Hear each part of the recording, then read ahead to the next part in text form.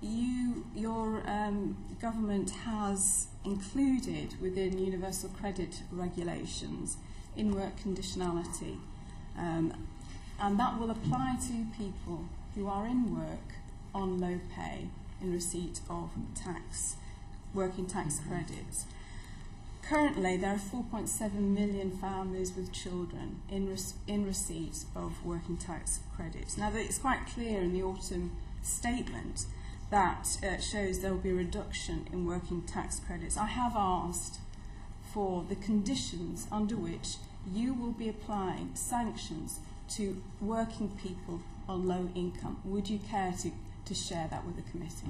That would be for people sort of below £11,500, but that really is to help them get promotion, give them the training, the support, and help them have extra hours, and help them bring home extra wages, and that's what we're piloting at the moment. Chris?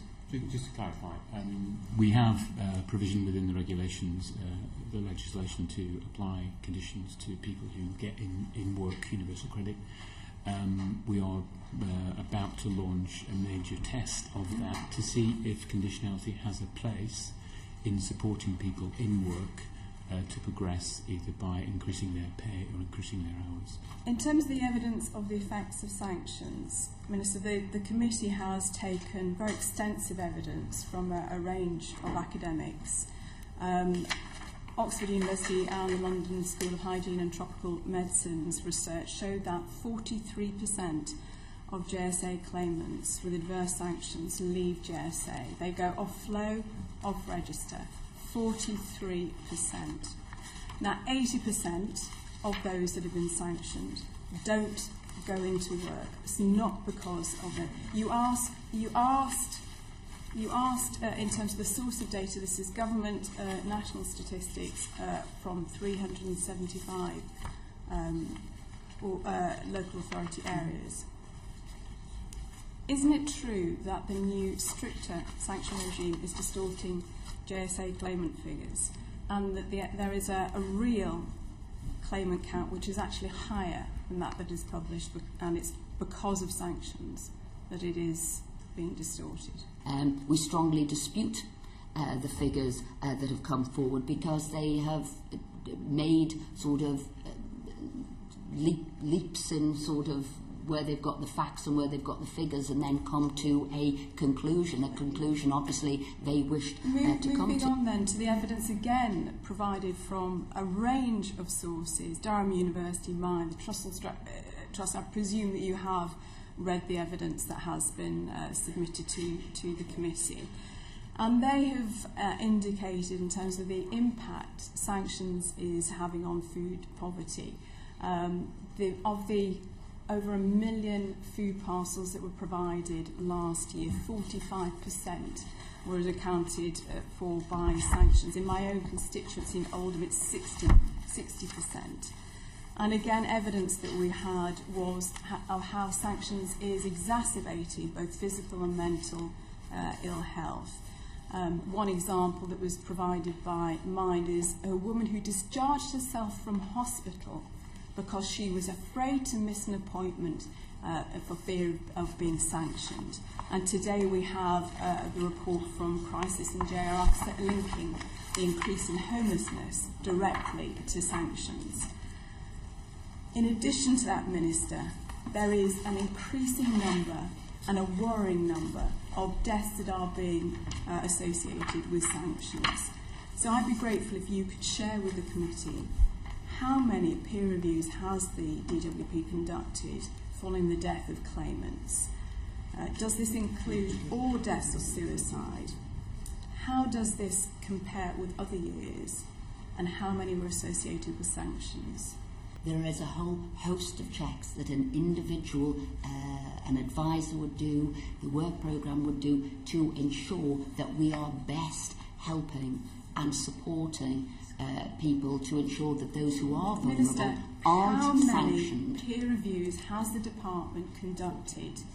And were these deaths and suicide, including suicides? And what was the outcome of that in relation to sanctions? These are simple questions. Surely you will have that figure. Well, 49 peer reviews, and we look at that and say, was everything that we did, that were part of our processes, that were quality assured, that follow right the way through, that was right? So and are you that's saying that there's what no we do. data on the relationship with sanctions? Can I just be clear about this for the record? You're saying that you've undertaken 49 peer reviews and that there's no relationship with sanctions. Is that what you're saying? We follow all of our processes correctly, and I will ask Chris, is there anything you'd like to answer as head of policy? I think, as Minister said, any case of this severity we would look at very carefully to make sure that all the procedures it follows.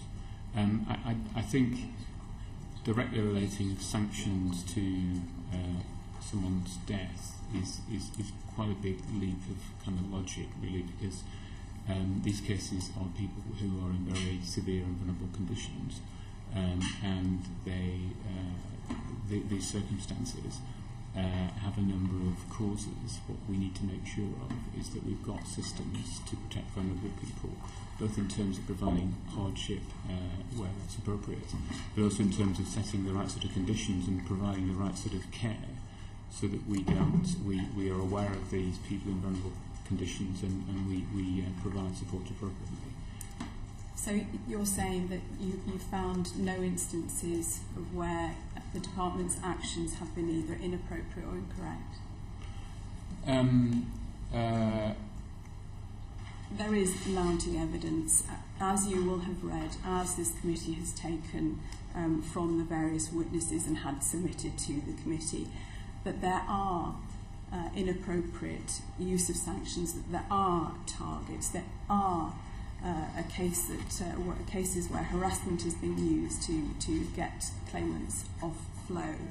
Your own reviewer, Matthew Oakley, said as a matter of course he would expect a more detailed review of the full scope of the sanctions regime, given the very serious nature of the evidence that we have had against the introduction of the new, more strict sanction regime. Will you finally agree to have an independent and full inquiry into sanctions?